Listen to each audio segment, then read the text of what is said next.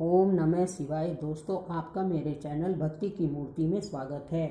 आज मैं इंदिरा एकादशी व्रत कथा लेकर आई हूँ। इस व्रत के करने से पितरों को मुक्ति मिलती है। सतयुग में इंद्रसेन नाम का एक प्रतापी राजा महिष्मती नामक नगरी में राज करता था। उसके पुत्र पोत्रों, धन धान्य, किसी चीज की कोई कमी नहीं थी।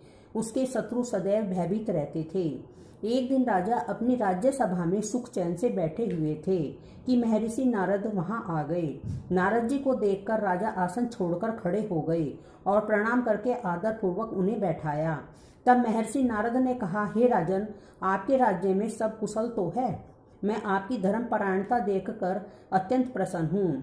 राजा ने कहा, हे देव ऋषि, आपकी कृपा से मेरे राज्य में सब कुशल पूर्वक है तथा आपकी कृपा से मेरे यज्ञ कार्य आदि सफल हो गए हैं।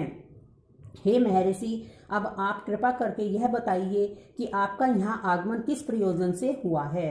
मैं आपकी क्या सेवा करूं? महर्षि नारद ने कहा, हे नृपोत्तम, मुझे एक महान विस्मय हो रहा है कि एक बार जब मैं ब्रह्मलोक से यमलोक गया था, तब मैंने यमराज की सभा में तुम्हारे पिता को बैठे देखा। तुम्हारे पिता महान ज्ञानी, दानी तथा धर्मात्मा थे, मगर एकादशी के व्रत के बिगड़ जाने के कारण यमलोक को गए। तुम्हारे पिता ने तुम्हारे लिए एक संदेश भेजा है। राजा ने उत्सुकता से पूछा, क्या संदेश है महर्षि? कृपया कर यथाशीघ्र कहें। राजन, तुम्हारे पिता ने कहा है कि महर्षि, आप मेरे पुत्र इंद्रसेन, जो कि महिष्मती नगरी का राजा है, के पास जाकर एक संदेश देने की कृपा करें कि मेरे किसी पूर्व जन्म के बुरे कर्म के कारण मुझे यह लोक मिला है। यदि मेरा पुत्र अश्विन माह के कृष्ण पक्ष की इंदिरा एकादशी का व्रत करे और उस व्रत के फल को मुझे दे दे तो मेरी मुक्ति हो जाए, मैं भी इस लोक से छूटकर स्वर्गलोक में वास करूं। इंद्रसेन को अपने पिता को यमलोक में पड़े की बात सुनकर महान दुख हुआ और उसने नारद से कहा, हे नारद जी, यह तो बड़े दुख का समाचार है कि मेरे पिता यमलोक में पड़े हैं। मैं उनकी मुक्ति का उपाय अवश्य करूंगा। आप मुझे इंदिरा एकादशी व्रत का विधान बताने की कृपा करें। नारद जी ने कहा, हे राजन, अश्विन माह में कृष्ण पक्ष की दशमी के दिन प्रातःकाल श्रद्धा पूर्वक स्नान करना चाहिए।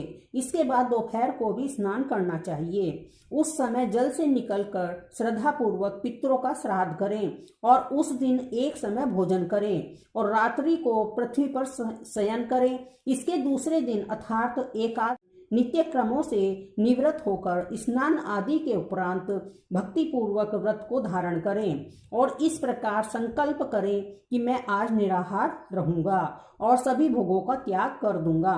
इसके उपरांत अगले दिन भोजन करूंगा।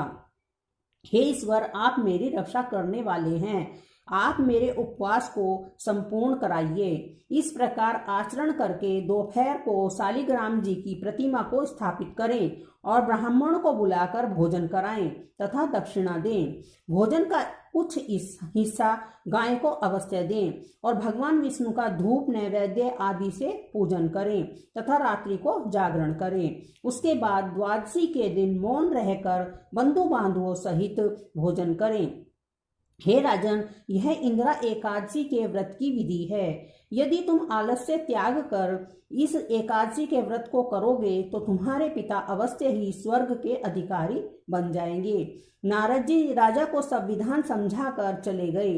राजा ने इंदिरा एकादशी के आने पर उसका विधि पूर्वक व्रत किया।